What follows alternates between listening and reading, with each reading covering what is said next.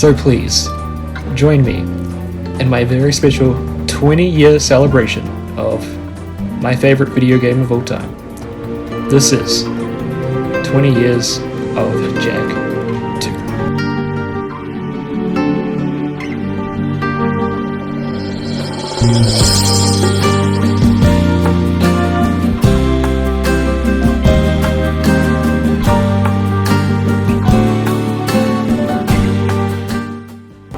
Brave man of the people. And who is this worthy opponent?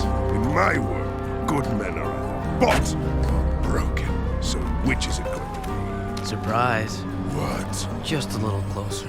We need to talk. Fool! Don't you get it? It's over, Jak. All the heroes died long ago. Only survival remains, by whatever means. This city is mine. These lives are mine. This war is mine. And in war, people die. Kill it.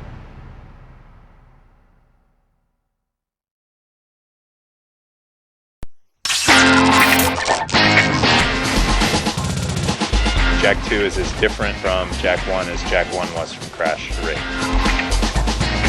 Jak speaks, he has personality. Jak now is a character as opposed to a poster cutout. I need one of those! The reason the animation looks more sophisticated this time around is because there's been some tweaks to the engine. We're also just being a lot more clever about the way we allocate memory and design our level. The new game, we have single locations on our game that have larger polygon counts, equal polygon counts to some of the entire levels in the original game. In Jak II, we were able to build upon what we had created before and go in all new kinds of directions and create things that would not have been possible with the original engine because we had such a great starting point to work with. We wanted to really up the ante in a number of different realms. First of all, we want to put a lot more things on screen, enemies that were attacking you, things moving around, so the player had the real feeling of being in an inhabited world instead of just a pretty world, and that adds a lot more options in terms of gameplay. Jak has all of the original moves he had in the last game, which was a pretty large set of moves.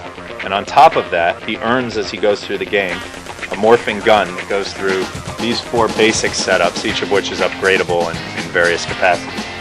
Jak also has a hoverboard that he earns, that he can use at any time. You can actually think through things in different ways. You can say, I can do this on foot with the gun, or I could use my fists, or I could use the hoverboard, or I can use Dark Jak. Character, maybe we should do a character action game based on, you know, something that's a little more mature. And he said, I love Jak and Daxter. Do you love Jak and Daxter? Of course I love Jak and Daxter. Do you think we can do more with Jak and Daxter? Of course we can do more with Jak and Daxter. Well, let's continue the series. And that's why, if you look, Jak II he had a gun.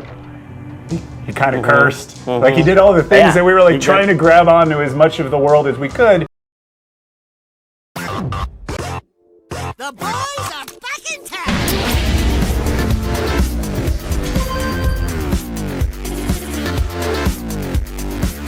I'm only here because you wouldn't last a second without me! 3!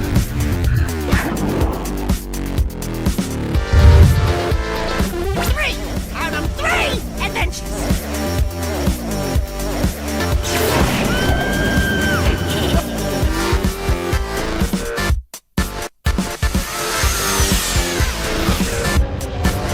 But again, that was a first. Most characters, and still there are games where the characters go in the water and they just walk through the water. Jak had a reaction for everything.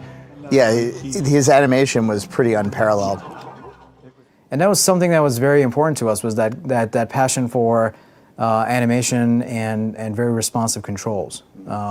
We all came from the arcade era, and those had a great feel to them, and we wanted to replicate that. You know, this is the kind of game that people don't hardly make anymore. I mean, you know, these days it's big movie kind of adventure titles, or big battle games or whatever. And this was a time when it really was all about platform games and that kind of game. Of late nights, a lot of frustration, things get to yells, things get to anger.